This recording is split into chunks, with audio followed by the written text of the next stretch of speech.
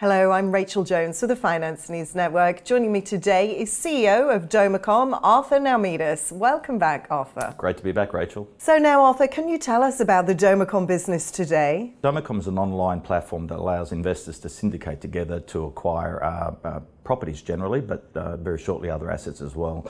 So we've had a very big last year. We've integrated with other platforms such as Domain, and also we've done our first transactions where the funds have come from online platforms such as Hub24 and Managed Accounts.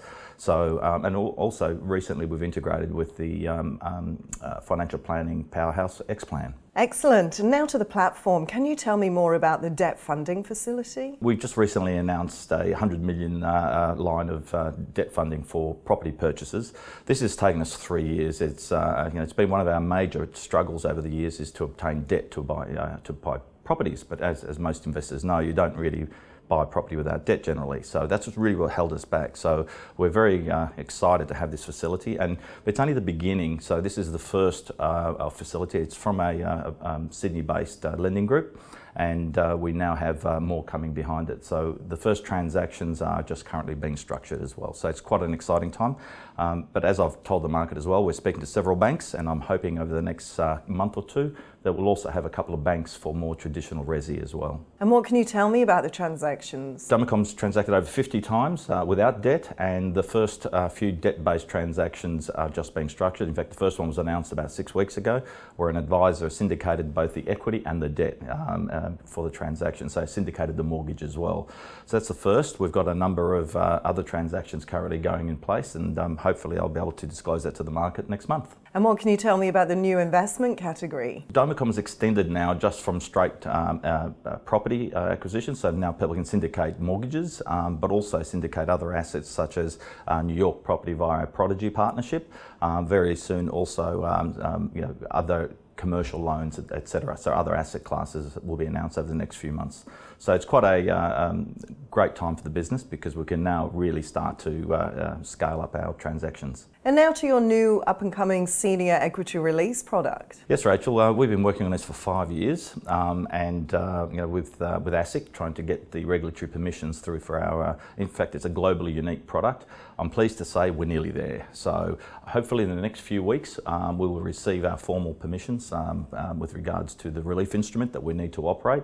And over the next 4 or 5 months, we'll be able to deliver a product to the market, which we have a lot of interest in financial planning community, because it allows the advisors to basically help those clients who are asset rich, cash poor, to release equity from their house, but using other clients who need investment in that asset class. So basically it's quite an exciting product, and fingers crossed over the next month we'll be able to proceed to the construction phase. And can you update us on your current court action with the ATO? This has also been going for a few years. We've clearly been trying to get a ruling that DomaCom is exempt of the related party and sole purpose test provisions of the Superannuation Act, the SIS Act. Which means that if we were successful, that SMSFs can invest in sub-funds that own properties and have a related party stay there. It's really a major initiative by us.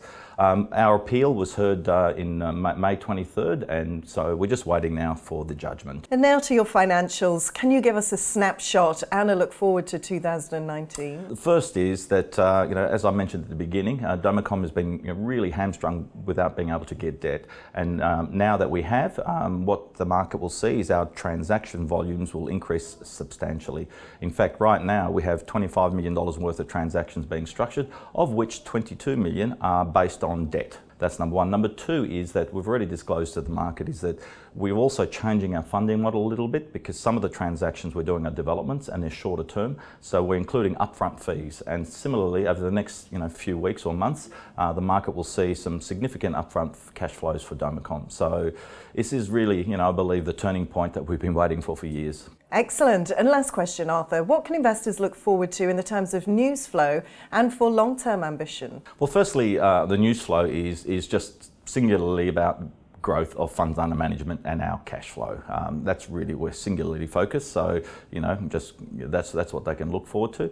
The other is really, in terms of the long-term ambition, is that, just ask investors to remember what DomaCom was all about. We're an asset class play in an asset class bigger than equities, and Australians like property more than equities, and so we're positioned very well, and particularly the recent Royal Commission plays very well for DomaCom because people are finding it harder to get debt in their own name, so they'll be able to just go to DomaCom, select an asset, dial up the leverage, and that's it. No application forms, nothing. So we really expect the next year or two to really be in a prime spot. So just bear in mind what the vision of DomaCom was. We expect to deliver it. Arthur Naoumidis, thanks for the update. Thank you, Rachel. It's been great to be here.